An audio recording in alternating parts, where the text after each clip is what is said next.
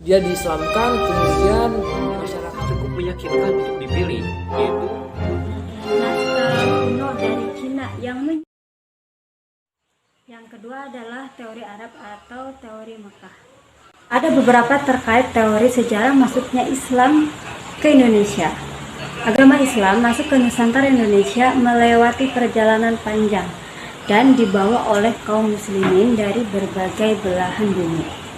Kini Indonesia menjadi negara dengan penduduk muslim terbanyak di dunia. Yang pertama adalah teori India atau teori Gujarat. Nah, teori ini dicetuskan oleh Sucipto Wirjosuparto.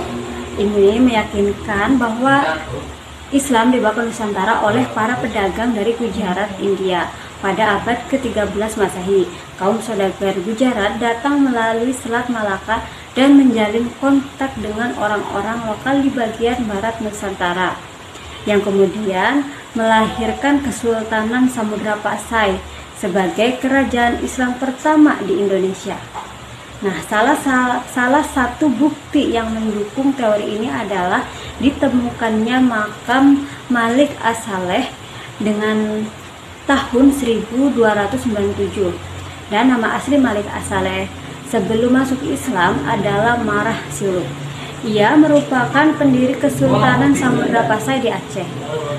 Hal ini dikutip dari buku Arkeologi Islam Nusantara tahun 2009 karya Uka Jasamita. Corak batu nisan Sultan Malik As-Saleh memiliki kemiripan dengan corak batu nisan di Gujarat.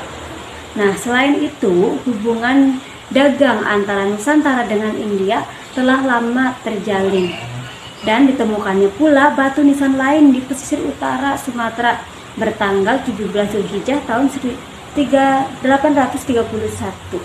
Nah, makam ini memiliki batu nisan yang serupa dari Cambai, Gujarat, dan menjadi nisan pula untuk makam Maulana Malik Ibrahim, salah satu wali Songo yang wafat tahun 1419. Nah, untuk selanjutnya yaitu teori Arab. Yang kedua adalah teori Arab atau teori Mekah. Nah, masuknya Islam di Indonesia diperkirakan berasal dari Timur Tengah, tepatnya yaitu Arab. Nah, teori ini didukung oleh J.C. Vanlier, Anthony H. Jones, T.W. Arnold, hingga Abdul Malik Kari Amrullah atau Buya Hamka. Nah, menurut Buya Hamka, Islam sudah menyebar di Nusantara sejak abad ke-7. Hamka dalam bukunya berjudul Sejarah Umat Islam tahun 1997 menjelaskan salah satu bukti yang menunjukkan bahwa Islam masuk ke Nusantara dari orang-orang Arab. Bukti yang diajukan Hamka adalah naskah kuno dari Cina yang menyebutkan bahwa sekelompok bahasa Arab telah bermukim di kawasan pantai barat Sumatera pada tahun 625 Masehi. Di kawasan yang pernah dikuasai kerajaan Sriwijaya itu juga ditemukan nisan kuno bertuliskan nama Syekh Rukunuddin yang wafat pada tahun 672 Masehi, dan bukti ini dipaparkan Hamka tersebut didukung oleh T.W. Arnold yang menyatakan bahwa kaum saudagar dari Arab cukup dominan dalam aktivitas perdagangan ke wilayah Nusantara. Nah, sebagian dari pedagang Arab tersebut kemudian menikah dengan warga lokal dan membentuk komunitas Muslim. Mereka bersama-sama kemudian melakukan kegiatan dakwah Islam di berbagai wilayah di Nusantara.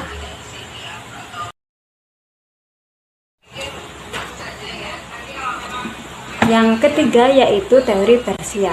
Teori ini masuk ke wilayah Indonesia pada abad ke-13 Masehi, dan teori ini didukung oleh Umar Amir Husain dan Husain Jaya Diningrat Abdurrahman Misno dalam Reception Through Selection Modification Antropologi Hukum Islam di Indonesia tahun 2016 menuliskan Jayadiningrat berpendapat bahwa tradisi dan kebudayaan Islam di Indonesia memiliki persamaan dengan Persia.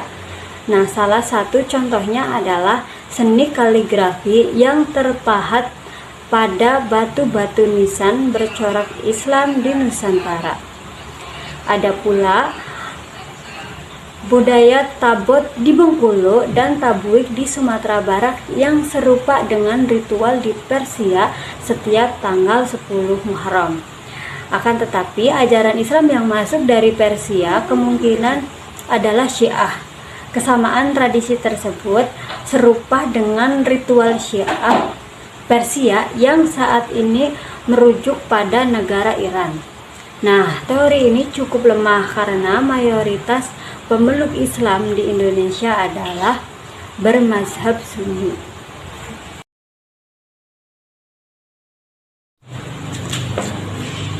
Nah, yang keempat atau yang terakhir adalah teori Cina. Nah, teori Cina ini diperkirakan masuk ke Indonesia pada dinasti Tang, yaitu tahun 618 Masehi, dibawa oleh Panglima Muslim dari kekhalifahan di Madinah semasa era Khalifah Utsman bin Affan, yakni Sa'ad bin Abi Waqqas.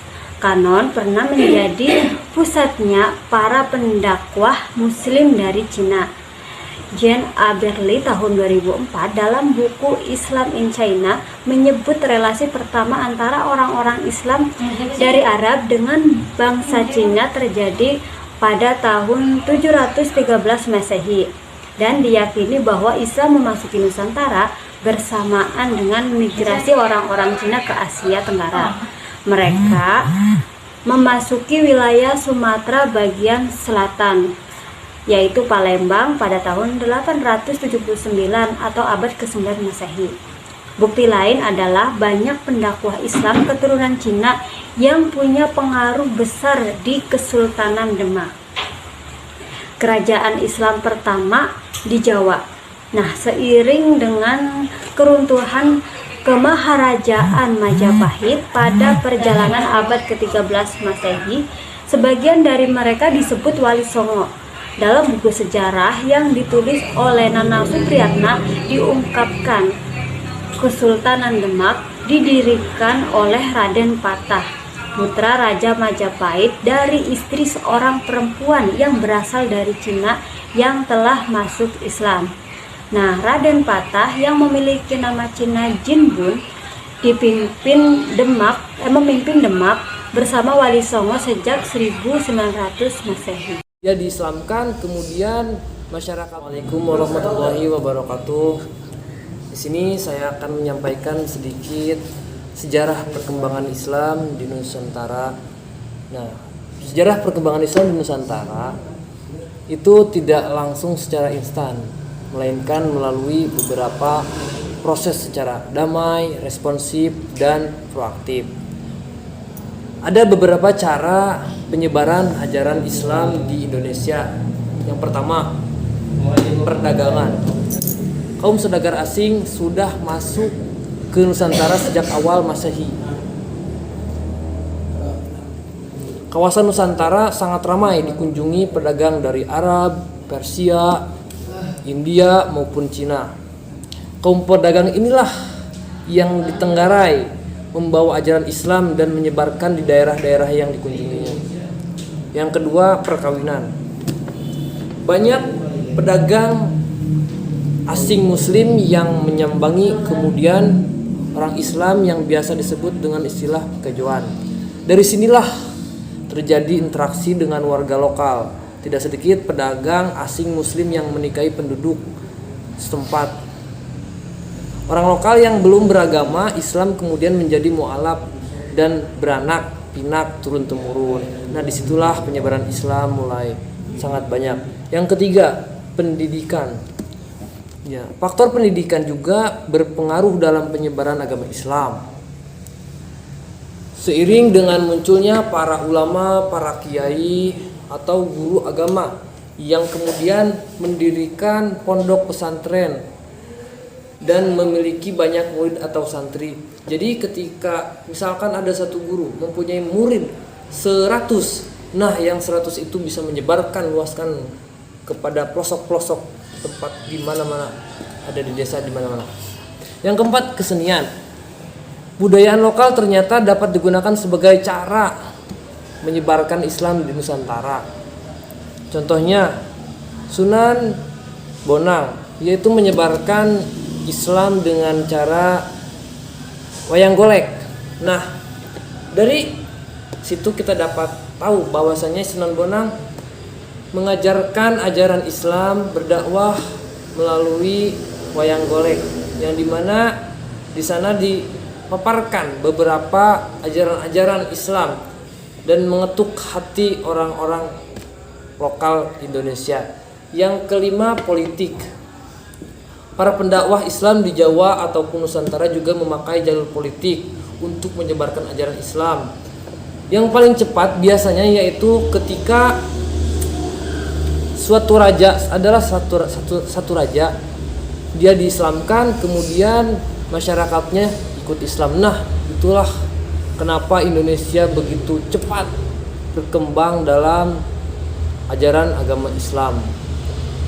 Contohnya, pemimpin pertama sekaligus pendiri Kesultanan Demak yaitu Raden Patah, yang merupakan pangeran dari Majapahit.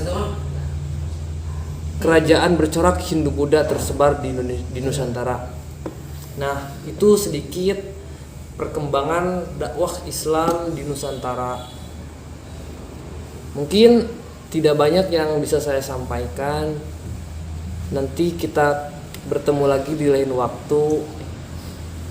Assalamualaikum warahmatullahi wabarakatuh. Teori Mekah cukup meyakinkan untuk dipilih, yaitu bahwa agama Islam. Assalamualaikum warahmatullahi wabarakatuh. Bismillahirrahmanirrahim. Perkembangan dakwah Islam di Nusantara pada subbab masuknya agama Islam ke Nusantara sudah kita ketahui dengan adanya beberapa teori yang dijelaskan tadi. Berdasarkan bukti-bukti yang ada, maka teori Mekah cukup meyakinkan untuk dipilih, yaitu bahwa agama Islam sudah masuk ke wilayah Nusantara dari abad ke-1 Hijriah atau pada 7 Masehi. Namun saat itu perkembangannya masih belum pesat dan meluas. Kemudian pada abad-abad selanjutnya baru terjadi perkembangan yang lebih pesat, terutama setelah abad ke-7 Hijriah atau pada abad ke-13 Masehi. Nah, lebih jelasnya mari kita uraikan pada pembahasan-pembahasan selanjutnya. Yang pertama yaitu perkembangan Islam di Sumatera. Nah, tempat mula-mula masuknya Islam di Pulau Sumatera ini adalah pantai barat Sumatera. Di sana berkembang ke daerah-daerah lainnya. Pada umumnya, buku-buku sejarah menyebutkan bahwasanya perkembangan agama Islam ini bermula dari Pasai atau Aceh Utara. Nah, orang yang menyebarkan Islam di daerah ini adalah Abdullah Arif.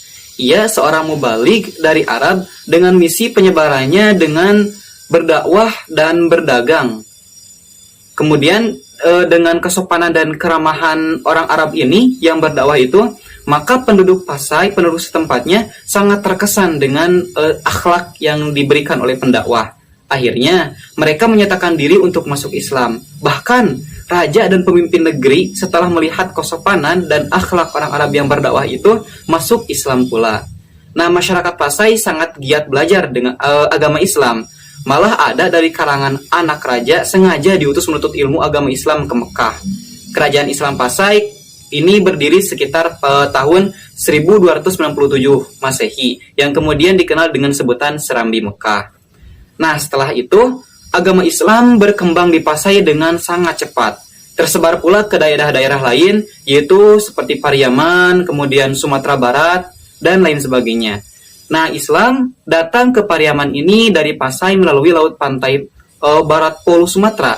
Ulama yang terkenal membawa Islam ke Pariaman itu adalah Syekh Burhanuddin. Kemudian penyiaran agama Islam ini dilakukan secara pelan-pelan dan bertahap, sebab adat di Sumatera Barat waktu itu sangat kuat. Dengan arif dan bijaksana, maka para mubaligh atau dai ini dapat memberikan pengertian pada masyarakat, yang akhirnya masyarakat Sumatera Barat dapat menerima Islam dengan baik.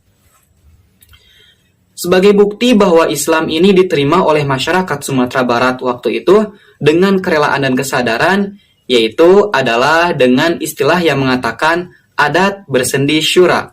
Nah, syarak bersendi kitabullah, jadi adat istiadat ini yang dipegang teguh oleh masyarakat Sumatera Barat itu adalah adat yang bersendikan Islam. Artinya, Islam menjadi dasar adat. Kemudian, pada sekitar tahun 1440, agama Islam masuk ke Sumatera Selatan. Nah, mubalik yang paling berjasa membawa Islam ke Sumatera Selatan adalah Raden Rahmat atau yang kita kenal dengan sebutan Sunan Ampel. Nah, Arya Damar yang kemudian terkenal dengan nama Aryadillah atau Abdillah adalah Bupati Majapahit di Palembang yang waktu itu kemudian Raden Rahmat atau Sunan Ampel memberi saran kepada Abdillah agar bersedia menyebarkan agama Islam di Sumatera Selatan. Nah, atas rahmat dan petunjuk Allah Subhanahu wa taala, saran Raden Rahmat tersebut akhirnya dilaksanakan oleh Aryadillah, sehingga kemudian Islam di Sumatera Selatan berkembang dengan baik dan disebarkan oleh Aryadillah. Nah, yang kedua, setelah dari Sumatera, Islam kemudian berkembang ke Kalimantan, Maluku, dan juga Papua. Nah, di Nusantara Timur ini, di Pulau Kalimantan, agama Islam mula-mula masuk di Kalimantan Selatan dengan ibu kotanya Banjarmasin. Pembawa agama Islam ke Kalimantan ini adalah para pedagang, bangsa Arab, dan para mubalik dari Pulau Jawa. Perkembangan agama Islam di Kalimantan Selatan itu sangat pesat. Bahkan sampai mencapai pada puncaknya setelah Majapahit runtuh tahun 1478 Masehi. Nah, kemudian daerah lainnya yang di sekitar Kalimantan yang dimasuki agama Islam adalah Kalimantan Barat. Islam masuk ke Kalimantan Barat mula-mula di daerah Muara Sambas dan Sudana. Dari dua daerah inilah baru tersebar ke seluruh Kalimantan Barat. Pembawa agama Islam ke daerah Kalimantan Barat ini adalah para pedagang dari Johor atau Malaysia, serta ulama dan mubaligh dari Palembang atau Sumatera Selatan. Nah, kemudian Sultan Islam yang pertama, yaitu pada tahun 1591 Masehi di Kalimantan Barat, kedudukan di Sukada, yaitu Panembahan Girikusu. Penyebaran Islam di Kalimantan Timur, terutama di Kutai, dilakukan oleh Datok Ri, Bandang, dan Tuan Tunggang melalui jalur perdagangan. Kemudian, sejak abad ke-15 Masehi atau antara tahun 1400 sampai 1500-an, Islam telah berkembang dan masuk di Maluku. Nah, melalui pedagang yang beragama Islam dan para ulama atau mubalik, banyak yang datang ke Maluku sambil menyiarkan agama Islam. Daerah-daerah yang awalnya mula-mula dimasuki Islam di Maluku yaitu adalah wilayah Ternate dan juga Tidore, kemudian Bakau dan yang terakhir Jailolo. Nah, raja-raja yang memerintah di daerah tersebut berasal dari satu keturunan yang semuanya menyokong perkembangan Islam di Maluku. Kemudian perkembangan agama Islam di Papua agaknya berjalan agak lambat. Islam masuk ke Irian terutama karena pengaruh raja-raja Maluku dan para pedagang yang beragama Islam serta ulama mubalik dari Maluku. Nah, daerah-daerah yang dimasuki Islam di Papua antara lain yaitu Misol, Salawati, Pulau Waigeo, dan Pulau Gebi. Perkembangannya lambat itu dikarenakan faktor daripada lingkungan. Selanjutnya, setelah dari itu, perkembangan Islam ada di Sulawesi. Nah, pada abad ke-16, Islam telah masuk ke Sulawesi yang dibawa oleh Datok Ri Bandang dari Sumatera Barat. Daerah-daerah yang mula-mula masuk Islam Sulawesi adalah Goa, sebuah kerajaan di Sulawesi Selatan. Sebelum Islam datang ke daerah ini, penduduknya sebelumnya menganut kepercayaan nenek moyang.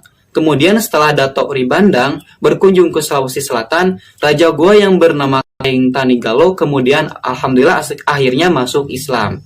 Kemudian atas usul Datok Ri Bandang, Raja Goa berganti nama menjadi Sultan Alauddin. Jauh sebelum Raja Goa ini masuk Islam, para pedagang telah menyiarkan agama Islam di tengah-tengah masyarakat Sulawesi Selatan. Dan kemudian banyak penduduk yang telah menganut agama Islam di Sulawesi Selatan ini. Lalu setelah Sultan Alauddin wafat, beliau diganti oleh putranya yang bernama Sultan Hasanuddin.